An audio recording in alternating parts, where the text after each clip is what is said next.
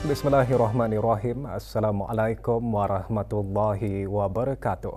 Negara Brunei Darussalam melangkah ke tahun 2024 dengan kebahdulian Maha Mulia Paduka Seri Baginda Sultan Haji Hassanah Bolkiah Muizzaddin Wad Daulah Ibni Almarhum Sultan Haji Omar Ali Saifuddin Sa'do Khairiwaddin, Sultan dan Yang di-Pertuan Negara Brunei Darussalam bertitah menekankan usaha bersepadu kerajaan baginda dengan kerjasama sektor swasta dalam mempelbagaikan ekonomi negara menghasilkan perkembangan yang sangat menggalakkan dalam sektor bukan minyak dan gas. Usaha tersebut tegas baginda tidak boleh berhenti, malah digiatkan terus untuk mencapai ekonomi yang dinamik dan berdaya tahan. Dalam titah perutusan sempena menyambut Tahun Baru Masihi 2024 yang disiarkan ke seluruh negara melalui radio dan televisyen, Kebahdulian Maha Mulia juga memberikan penekanan dalam beberapa perkara, antaranya pendekatan whole of government dan whole of nation bagi mencapai matlamat-matlamat wawasan Brunei 2035, penerapan nilai-nilai Islam dalam semua aspek urus tadbir bagi kelangsungan dan kestabilan negara serta kejayaan negara mengekalkan keamanan, keselamatan dan kesejahteraan selama 40 tahun mencapai kemerdekaan penuh. Baginda memulakan titah dengan merafakkan doa semoga tahun 2024 akan mendorong untuk lebih berjaya meneroka perubahan-perubahan bermakna baik bagi diri sendiri, keluarga, masyarakat maupun negara. Demikian juga, fokus kerajaan beta akan tetap mensasarkan pencapaian matlamat-matlamat wawasan Brunei 2035. Maka untuk itu, kerajaan beta melalui pendekatan whole of government dan whole of nation akan terus melakar strategi baru menerusi blueprint yang kita yakini mampu untuk membawa negara lebih dekat kepada matlamat-matlamat tersebut. Blueprint ini akan sentiasa dikemaskini bagi memastikan ianya sentiasa relevan dan apa jua jurang dalam perancangan dan pelaksanaan akan ditangani secara kolektif tanpa bertangguh. Namun dalam pada itu, faktor-faktor luar seperti pergolakan geopolitik, krisis kesihatan global, kesan perang dagang di antara kuasa besar dan kepesatan kemajuan teknologi akan terus mempengaruhi hala tuju dunia dengan bahangnya juga turut dirasai oleh negara kita. Apa yang pasti kita perlu mendepani keadaan ini dengan fikiran terbuka untuk memahami perubahan tersebut dan seterusnya memanfaatkan sepenuhnya apa jua peluang yang dibawanya. Titah baginda juga menekankan mengenai perlunya perkhidmatan awam negara ini meneliti dan melaksanakan pembaikan-pembaikan dasar dan peraturan. Menyentuh mengenai kepelbagaian ekonomi, beta sangat gembira atas perkembangan sektor bukan minyak dan gas yang sangat menggalakkan, yang meningkat sebanyak 5.3% bagi tempoh 6 bulan pertama tahun 2023. Ini tentu saja hasil usaha bersepadu kerajaan beta dengan kerjasama sektor swasta dalam mempelbagaikan ekonomi negara. Usaha ini tidak boleh berhenti, malah digiatkan terus untuk mencapai ekonomi yang dinamik dan berdaya tahan.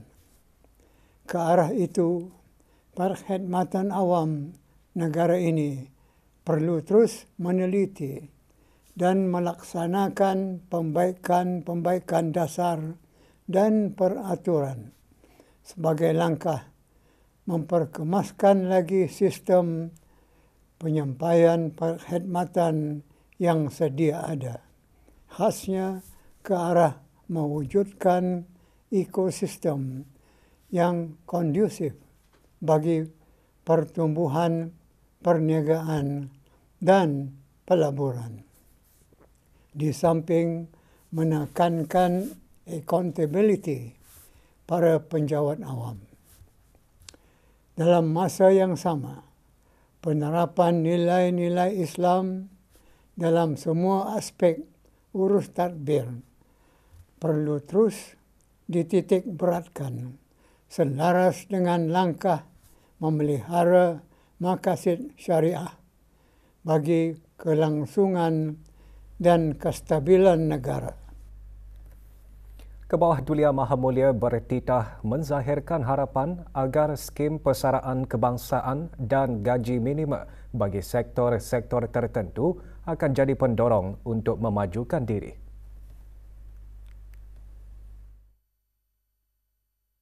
Kerajaan Beta juga dalam beberapa bulan yang lalu telah melaksanakan 2 inisiatif penting untuk kebajikan warga kerja dalam sektor perkhidmatan awam dan swasta, iaitu skim persaraan kebangsaan SPK dan gaji minima bagi sektor-sektor tertentu.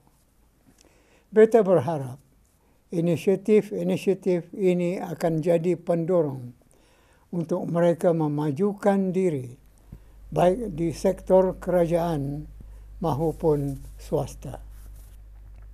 Berkaitan pendidikan pula, baginda bertitah pelaksanaan pengintegrasian mata pelajaran agama dari darjah pra hingga darjah 3 ke dalam sistem pendidikan umum yang telah bermula bulan November lepas telah menimbulkan pelbagai persepsi dan reaksi.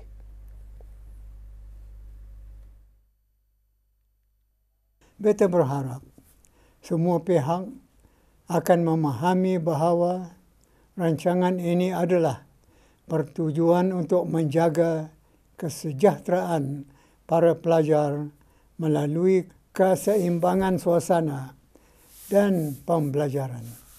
Kerana itu, sokongan semua pihak, khasnya ibu bapa, adalah masih diperlukan bagi keberkesanan dan kesinambungan usaha ini. Di sudut lain, negara akan terus mengambil berat usaha-usaha di peringkat global berkaitan isu perubahan iklim. Sehubungan ini, pembentukan dasar perubahan iklim negara Brunei Darussalam BNCCP dan pelantikan negara sebagai tuan rumah bagi Pusat Perubahan Iklim ASEAN, ASEAN Center for Climate Change, adalah merupakan antara terjemahan dari komitmen yang disebutkan tadi. Bersabit hal ehwal luar negara pula, negara Brunei Darussalam titah baginda turut menzahirkan kebimbangan yang amat mendalam terhadap keganasan yang sedang berlaku di Palestin.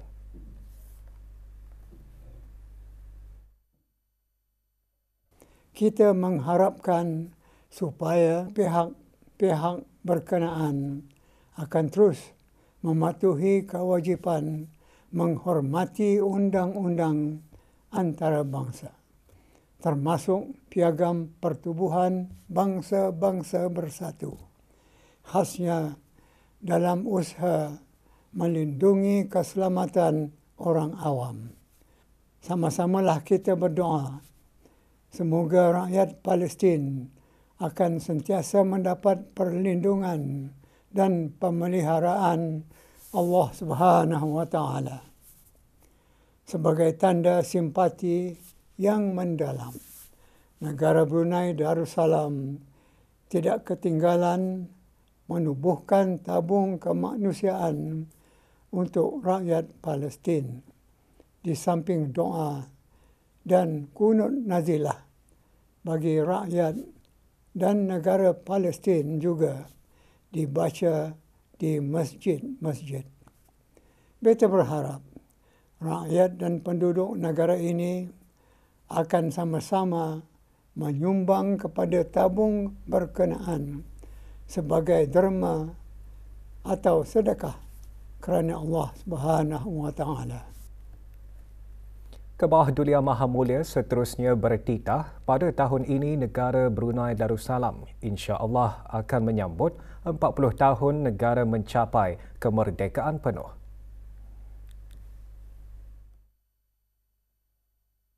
Kejayaan kita dalam mengekalkan keamanan, keselamatan dan kesejahteraan dalam tempoh yang lama ini adalah berkat usaha bersepadu dan dengan izin Allah juga. Semoga sambutan kali ini akan lebih mengukuhkan lagi patriotisme di kalangan generasi masa kini selaku rakyat dan penduduk yang taat, setia, lagi gigih untuk membawa negara mencapai wawasan Brunei 2035. Baginda mengakhiri titah dengan merafakkan doa semoga Allah Subhanahu wa taala akan melimpahkan rahmatnya untuk semua.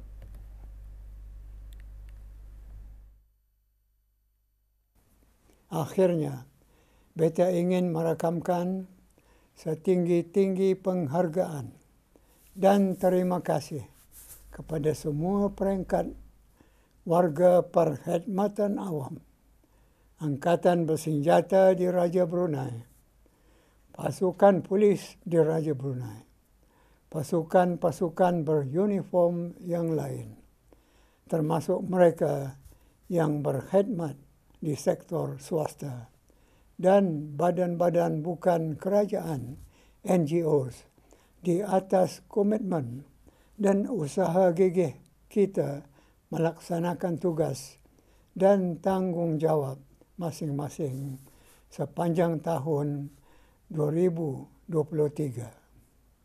Demikian juga pada kesempatan ini, beta sukacita merakamkan penghargaan kepada negara-negara sahabat dan pertubuhan-pertubuhan antarabangsa di atas kerjasama yang baik lagi ikhlas antara kita.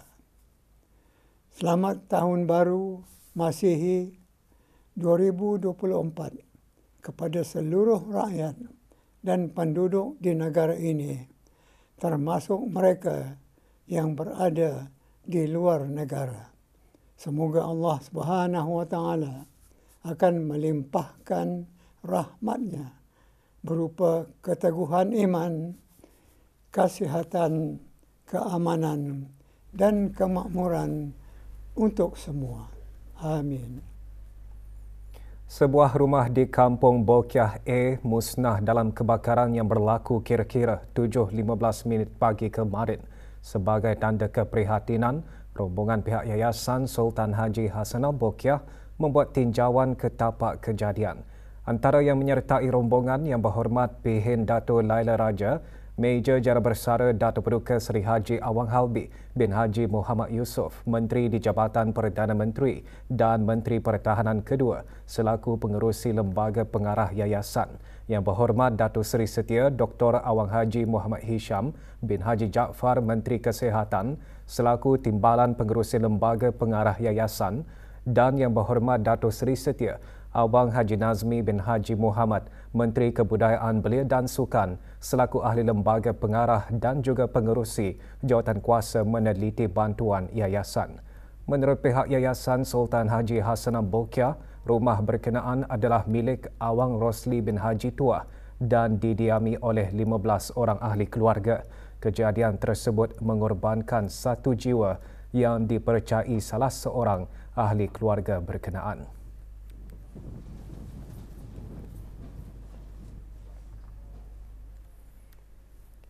Ano Zoe Wonderland melancarkan projek Pokok Harapan di salah sebuah pusat membeli belah di Jalan Kampung Salam Begar.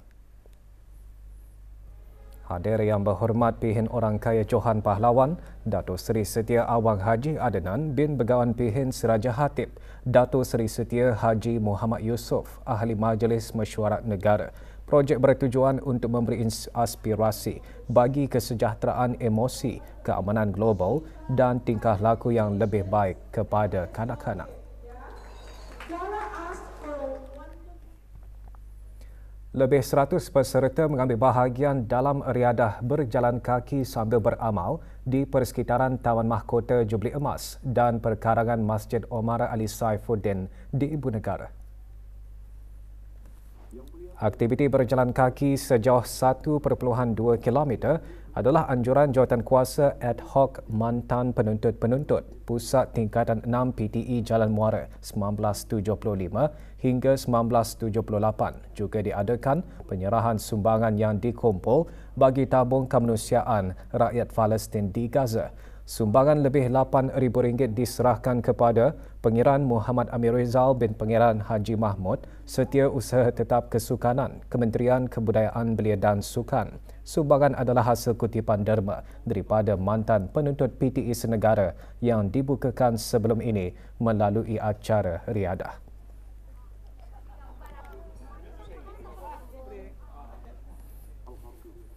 Pelbagai aktiviti menarik dan jualan diadakan semasa Festival Mukim Telisai yang diadakan di kawasan Pantai Danau daerah Tutong.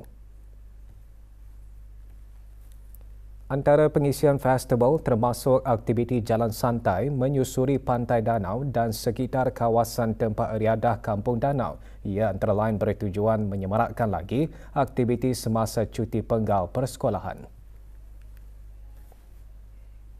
Sebagai usaha membantu nasib golongan anak-anak yatim dan golongan yang memerlukan dalam mempersiapkan diri bagi musim persekolahan sesi baharu, kemarin diadakan majlis penyerahan sumbangan melalui projek Kotak Kutip Dropbox 2023. Majlis berlangsung di Kelab Golf RBA Brakas. Majlis anjuran bersama Ketua Kampung dan Ahli Jawatankuasa Rancangan Perumahan Negara Kampung Pancur Kawasan 2 Mukim Mentiri dengan kerjasama Persatuan Siswazah Wanita Negara Brunei Darussalam. 30 penerima terdiri daripada 11 orang anak yatim dan 19 orang anak daripada golongan yang memerlukan menerima sumbangan voucher pembelian keperluan persekolahan. Sumbangan disampaikan oleh Daeng Hajah Hasanah binti Haji Awang Hassan yang di-Pertua Persatuan Siswazah Wanita Negara Brunei Darussalam turut memberikan sumbangan para penduduk Rancangan Perumahan Negara Kampung Pancur Kawasan 2 dan syarikat-syarikat swasta.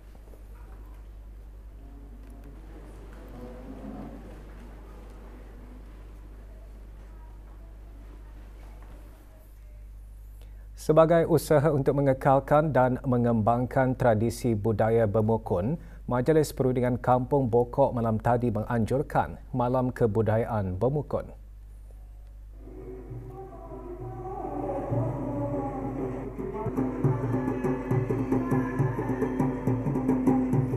Acara antara lain bertujuan untuk memberikan pendedahan mengenai bermukun, terutamanya generasi belia, selain memastikan budaya bermukun tidak pupus dan terus dipertahankan untuk generasi seterusnya. Acara berlangsung di Kompleks Dewan Kemasyarakatan Pekan Bangar, daerah Temburong.